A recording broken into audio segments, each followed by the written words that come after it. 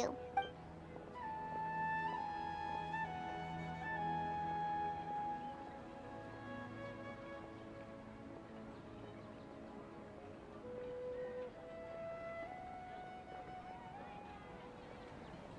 The dance of Sub-Zeros is about to begin. I'm going to go watch it. Okay. Why don't you go ahead, Dunyarzad?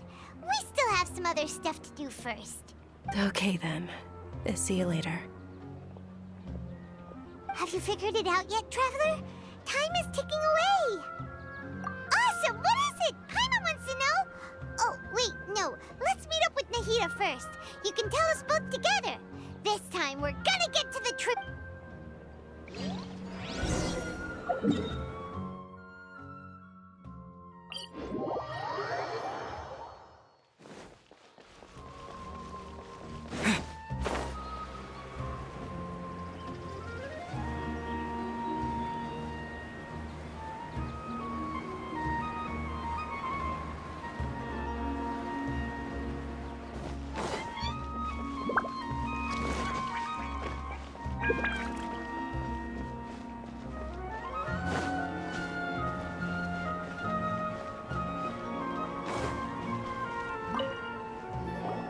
You're back! I've been waiting forever for you two. Judging by the looks on your faces, are you ready to take your Sub-Zero's exam and graduate from the festival? Okay, first off, have you discovered the hidden truth?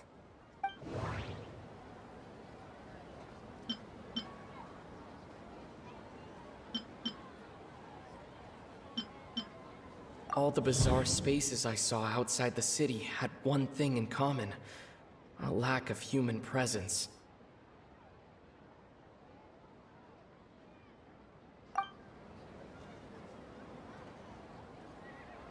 Those spaces remind me of dreams, like the one I had in the Avidia Forest, except these have no sign of human presence.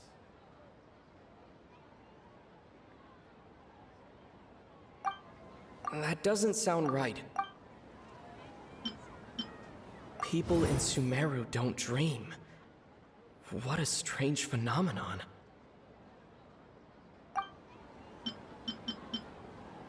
Okay, Nahida said the Akasha relies on the power of a gnosis to operate, as it is the manifestation of the God of Wisdom's power.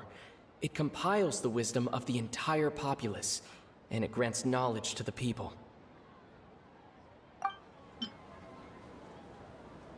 We've already experienced the Sub-Zero's festival many times, and the day of the festival seems to be in a perpetual samsara.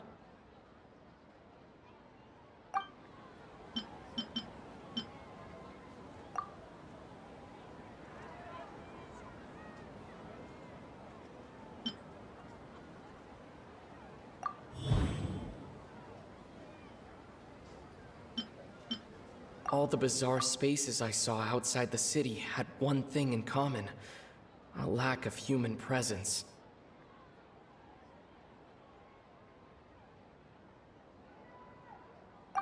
That doesn't sound right. I need to carefully think things through.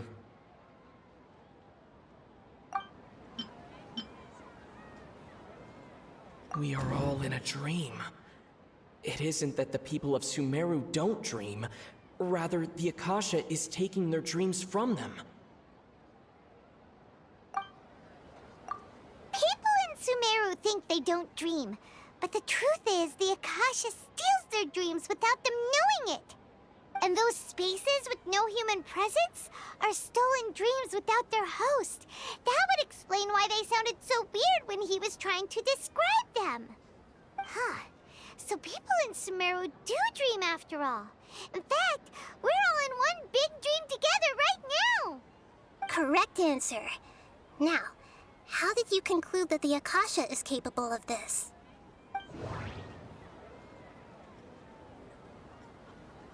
The Akasha relies on the power of a gnosis to operate.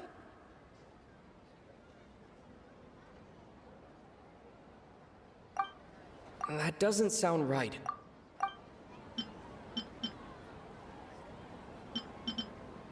It is the manifestation of the God of Wisdom's power.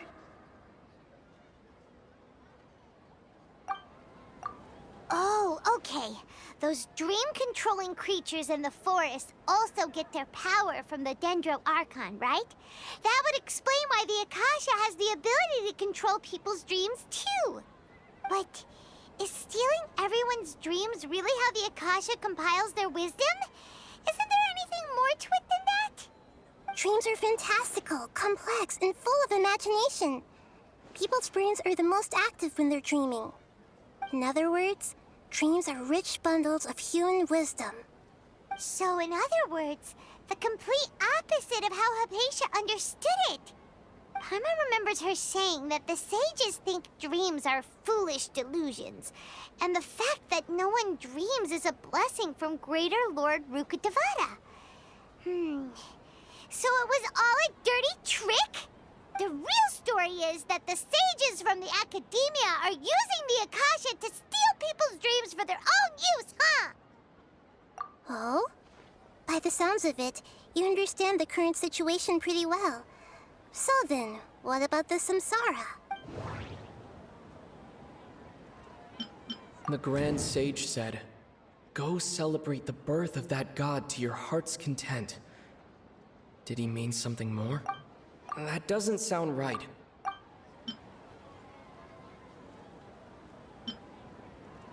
The beep is a prompt tone for Akasha operations.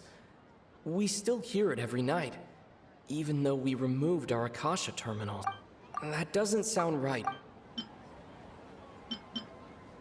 The Grand Sage... My mind feels exhausted. That doesn't sound right.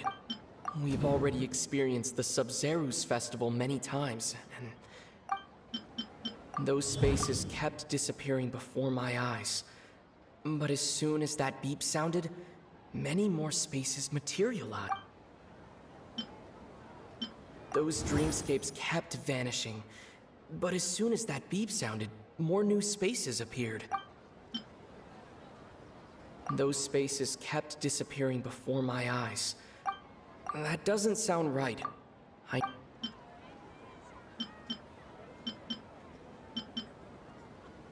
We've already experienced... That doesn't sound right.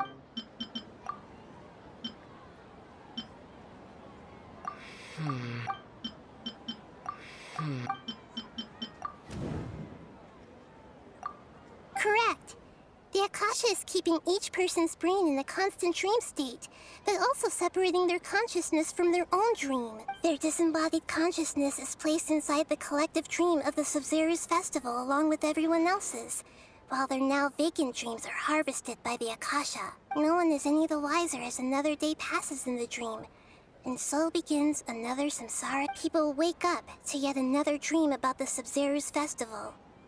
The dreams that belong to them are once again harvested by the Akasha. And so it continues. So, this is like a dream factory, and the Akasha is a dream harvesting machine. Did Paimon get that analogy right? Very good, Paimon. Using analogies well is an excellent habit to get into. Okay, so that beep we keep hearing is actually from our real-life Akasha terminals. Taking off our terminals in this dream doesn't do anything. All right, last question. Who am I? They say that alchemical divination is the Dendro Archon's divine revelation. So then, if NAHIDA has referred to herself as the moon... So you noticed. I thought that one would be the hardest question. That's why I put it last. That wasn't hard at all. Even Paimon guessed that. Everything about you is different. We just didn't want to expose you is all. Now that you mention it, NAHIDA, you've been hinting to us since the very beginning. It's funny. Thinking back to when we were asking all over the place for info about Lesser Lord Kusanali. Paimon didn't expect to meet you like this. Yes, those can wait until we're back in real life. On the other hand, I'd be happy to answer any more questions you have about here and now. You asked me this question before. My answer was, it would literally blow your minds. Now that you know this is all a dream, this answer should hopefully make more sense. Have you heard the saying, don't wake a sleepwalker? Likewise, if someone suddenly had told you all this instead of you learning it on your own, your notion of reality and dream would be thrown into irreversible confusion. I couldn't expose you to that kind of risk. That's why I could only give you very subtle hints and some suggestions. Long story short, I'm really sorry I had to keep you guessing. Firstly, this dream we're in is completely based on reality. People have already experienced this Sub-Zero's festival, so it would be very difficult for them to find anything that strikes them as surreal. Secondly, you're probably wondering why people don't have any memories from earlier samsara, right? That's because people don't remember their dreams most of the time anyway. And in any case, their actual dreams are being taken away from them by the Akasha. So whenever they wake up in this dream of the Sub-Zero's festival, they don't remember anything from their previous identical dream. That reminds Paimon. Traveler had a dream when we were in the Avidia Forest, but couldn't see what it was about after waking up. Is that an example of what you mean? Yes. Only after receiving the blessing of Dendro can a person gain the Dendro element's dream-enhancing power. That explains the feelings of deja vu. Meanwhile, everyone else has no idea that they are in the Sub-Zero's festival samsara, while their dreams are stolen from them over and over again.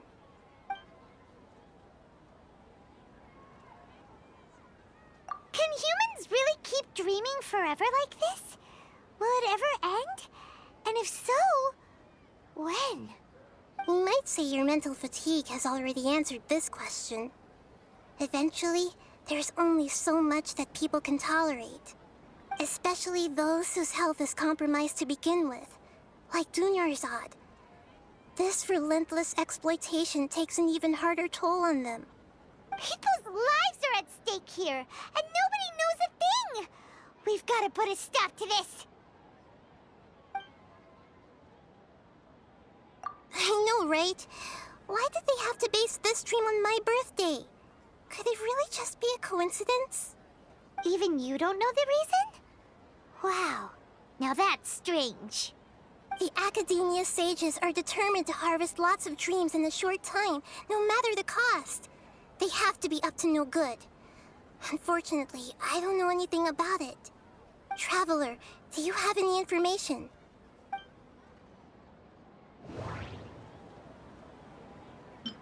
The Grand Sage said, "Go celebrate the birth of that god to your heart's content." Did he mean something more? Celebrate the birth of that god? Could it mean...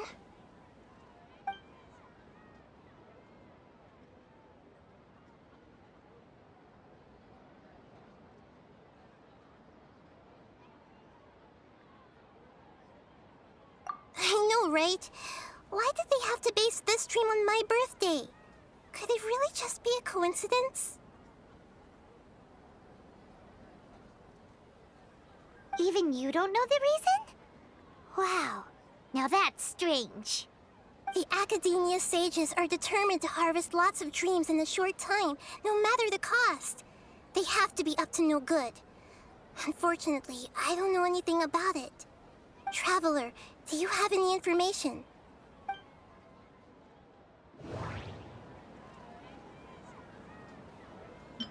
Okay, NAHIDA said the Akasha relies on the power of a gnosis to operate, as it is the manifestation of the God of Wisdom's power. It compiles the wisdom of the entire populace, and it grants knowledge to the people. That doesn't sound right.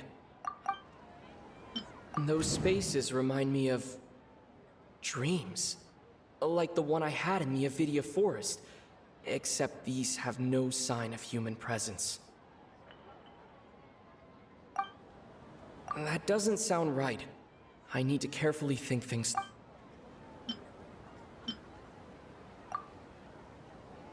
Celebrate the birth of that god? Could it mean... deceiving the people? people of Sumeru with no regard for their safety. No matter what they're trying to do, this is unforgivable. After we end the Sub-Zero's festival, Samsara, we have to look into them. How can the sages of the Academia do this behind their Archon's back? This is ridiculous! In the end, I'm just the moon. The real sun is long gone. A sun and a moon? Nahida's talking in riddles again. Oh, we're out of time today! I'll tell you how to break free of the Samsara tomorrow. See you then.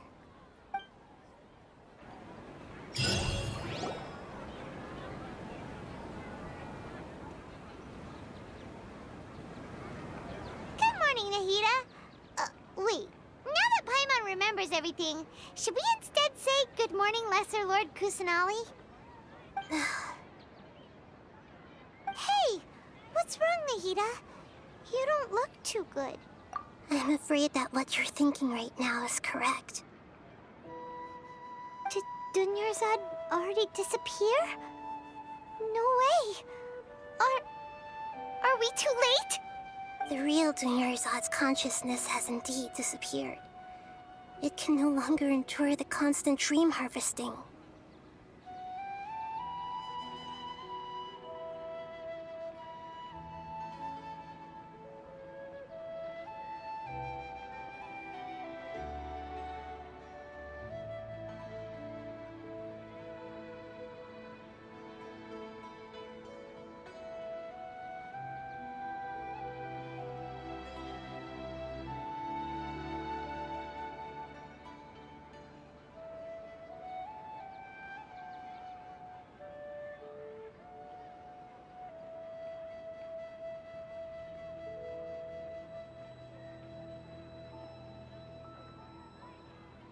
Paimon can't believe it.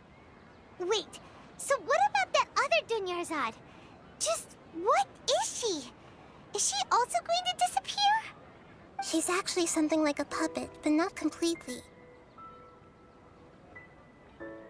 The real Dunyarzad's consciousness could no longer keep playing her role in this dream.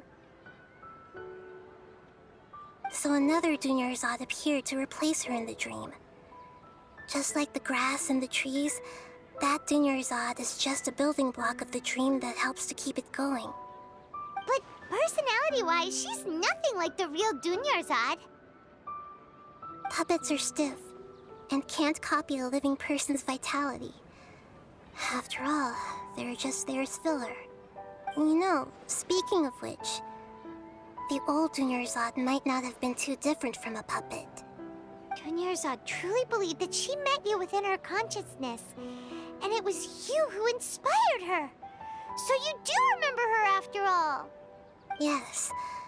Back then, her family was overly protective of her. No one cared about her personality or thoughts. It was as if she only lived to stall her Elazar. I just gave her a little wisdom so she could look at life in a new way. So that she could be her own person. But even so, she's still... far from it. I'm still a long way off from being a real Archon. I couldn't even save her. If I were a competent Archon, I wouldn't have let my most faithful follower die at the Sub-Zero's festival with so many regrets. Please don't beat yourself up over it, Nahida. It's the sage's fault, and theirs alone. I'm not beating myself up. All I did was to rationally observe the distance between myself and a real Archon. Don't be like that, Nahida. Even real Archons are still allowed to be sad.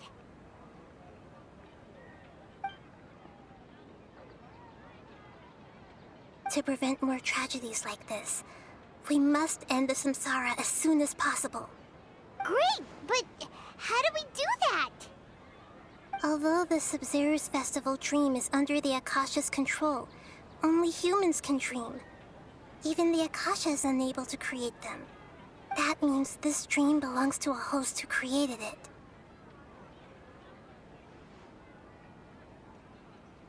Huh? should we find that person? Well, if this is someone's dream, then everything here must come from deep within their consciousness. Which means, with the power of imagination, they can change anything in this dream. Imagination? What do you mean by that? Imagination means breaking through what you perceive as normal. Like when the server at a tavern brings a plate to you, you'd naturally assume that food is on it. However, if you're the dream's host and you become aware that you're dreaming, when you imagine gold and more on the plate, the dream will respond in kind, and the server really will bring you gold and mora. But right now, our host is unaware that this is a dream. No matter how many times they're served, it will always be food. Find some way to make that person realize that they're dreaming. Usually, once that happens, the person will wake up and the dream samsara will be broken. How are we going to find them, though? If it could be anyone, it'd be like looking for a needle in a haystack. And even if we did find them, how are we supposed to make them realize they're dreaming? After all, like you said, don't wake a sleepwalker. It's extremely difficult, yes. But the only ones who can do it are you two. Remember, everything you've achieved up to this point has all been for the sake of finding the host and ending the samsara. As for me, during this time, I'll be out of town. Out of town? Are you going to that place full of dreams where the traveler went? Yes, I want to try something. There must still be a small wisp of possibility. Hurry and go. Dreams are supposed to be fantastical, romantic, and full of pleasant surprises. Unnecessary things like this samsara need to end. Paimon's still a little upset that we've come this far only for Dunyarzad to... She was such a good person, with such a simple wish. But fate was against her. Yeah. Saving Dunyarzad is what kept us going this whole time. But we mustn't lose hope, Traveler. Dunyarzad would definitely want to see us save everyone else. So let's break the samsara for her sake. Paimon's wondering, do you think the sages would get one of their own to be the host of this dream? Feels like it would be easier to control it that way, no?